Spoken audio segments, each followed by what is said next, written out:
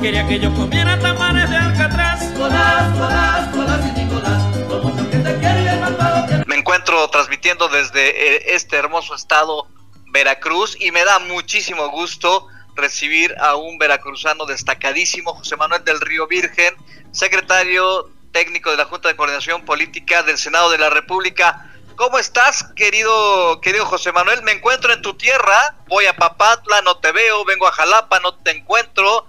Resulta que tú no te tomaste vacaciones, que estás allá en Ciudad de México, y yo infelizmente, como dicen los brasileños, tengo que estar aquí con la playa, con el mar, con las palmeras borrachas de sol, disfrutando de un clima maravilloso en tu tierra, y tú respirando aire contaminado. Buenos días, ¿cómo estás?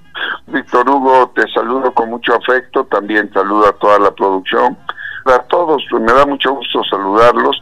Te comento rápidamente, tú estuviste efectivamente en Papantla y en Jalapa, yo también estuve, pero Veracruz es grandioso y grandote además, así es que yo estuve en el puerto de Veracruz porque el próximo viernes, por allá estará el senador Ricardo Monreal Ávila a las 10 de la mañana en el Teatro Francisco Javier Clavijero.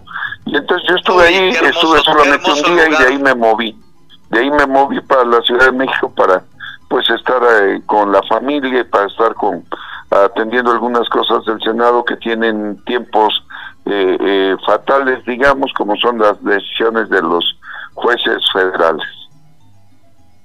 Jueces federales, los comisionados del INAI. Del INAI, que suena eso enseguida. Sí, efectivamente, por ese caso. Tienen muchísimo trabajo, José Manuel.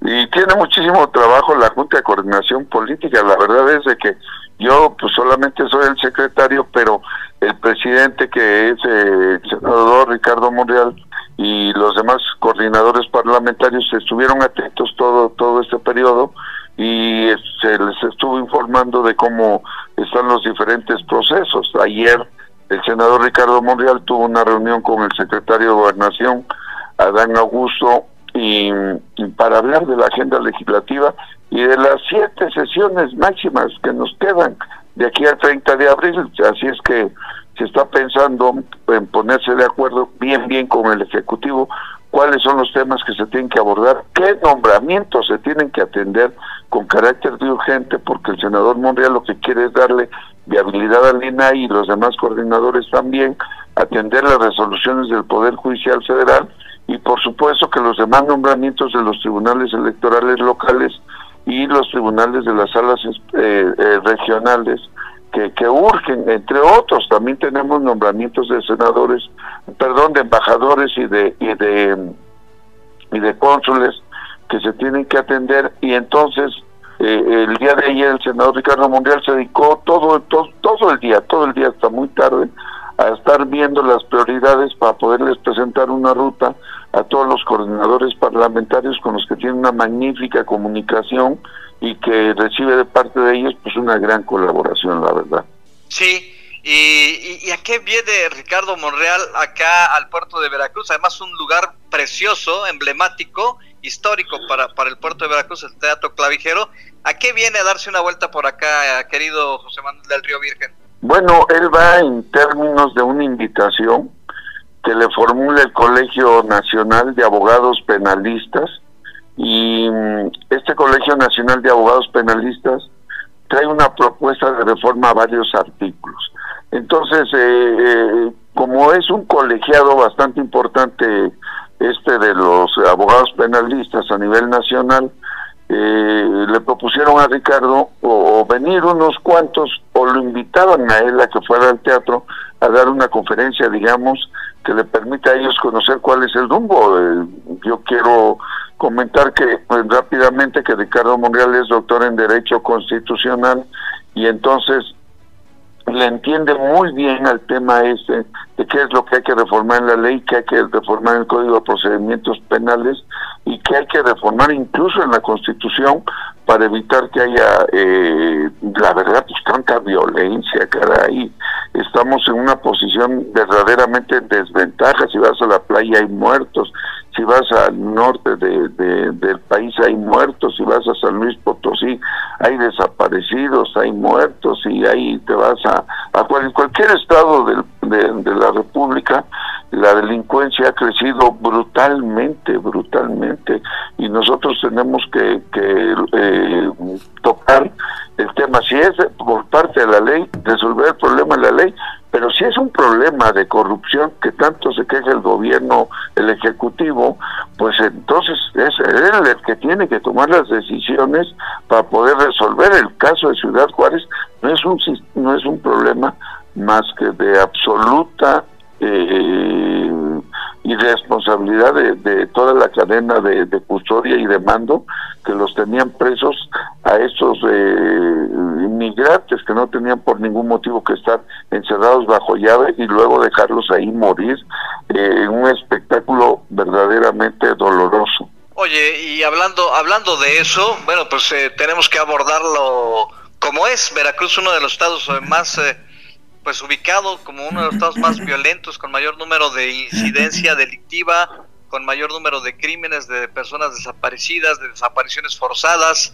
En Veracruz pues es un auténtico polvorín, y bueno, supongo que conozco a estos abogados que lo están invitando a Veracruz: Tomás Mundo, Jorge Reyes, Fidel Ordóñez, entre una playa de abogados que traen proyectos muy interesantes, como el proyecto Inocencia, porque en Veracruz, tú lo sabes mejor que nadie, hay mucha gente presos políticos, y mucha gente que injustamente está en prisión. Platícanos un poquito de este tema que trae el senador Monreal acerca pues de la lucha por sacar de la cárcel a personas inocentes. Pues la verdad es que él ha estado haciendo un gran esfuerzo. Yo mismo estuve secuestrado políticamente ahí en la cárcel de Pacho Viejo, acusado injustamente. Por cierto, la Comisión Nacional de Derechos Humanos emitió 11 recomendaciones en una primera parte, y luego en una segunda recomendación general, 2 recomendaciones en mi caso, como víctima del Estado. Pero la verdad es de que lo que más me dolió cuando dejé la cárcel fue que dejaba yo ahí adentro a muchos con los que estuve platicando que son absolutamente inocentes.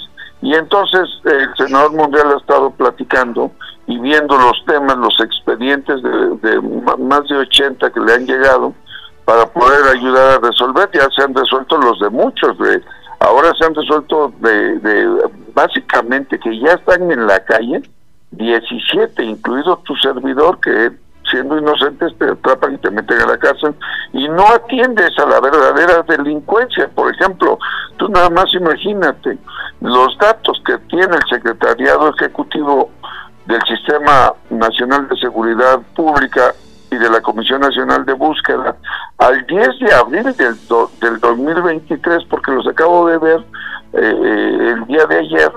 Estos datos hablan de algo grotesco. Con razón Blinken dice que el estado de Veracruz es el tercero con una delincuencia verdaderamente insuperable, así lo dijo. 4 de cada 100 delitos del Fuero Común a nivel nacional se cometen en Veracruz, el estado de Veracruz. 4 de cada 100 delitos. Y dicen que en 2019, fíjate Víctor Hugo, en 2019 hubo 51.170 delitos. Pero para el 2022, en el 19, 51.170 delitos. Para el 2022 hubo 86.155 delitos. En medio de la pandemia no se contuvo la delincuencia en Veracruz. Creció la delincuencia en más de 34.000 delitos. En el 2022 hubo 86.155 delitos, es decir, hubo un incremento de casi el 60% de los delitos en el estado de Veracruz en medio de la pandemia, cuando en otros estados la delincuencia bajó, por lo menos, si no paró, bajó. Hay 13 de cada 100 delitos cometidos son homicidios, son asesinatos. Imagínate tú, una mujer por cada 100 fue víctima de feminicidio. 29% del total de delitos contra la libertad y la seguridad social fueron por abuso sexual. Es terrible lo que está pasando. Hay 15 periodistas que han muerto, que esos datos pues los conocen ustedes mejor que yo. El 23% fue la tasa de homicidios de periodistas perpetrados a nivel nacional en Veracruz. Es decir, los números son verdaderamente terribles. Hay 7,500 personas extraviadas en Veracruz al 10 de febrero del 2023. Tiene la cuarta posición a nivel nacional con base en casos de desaparecidos, Veracruz.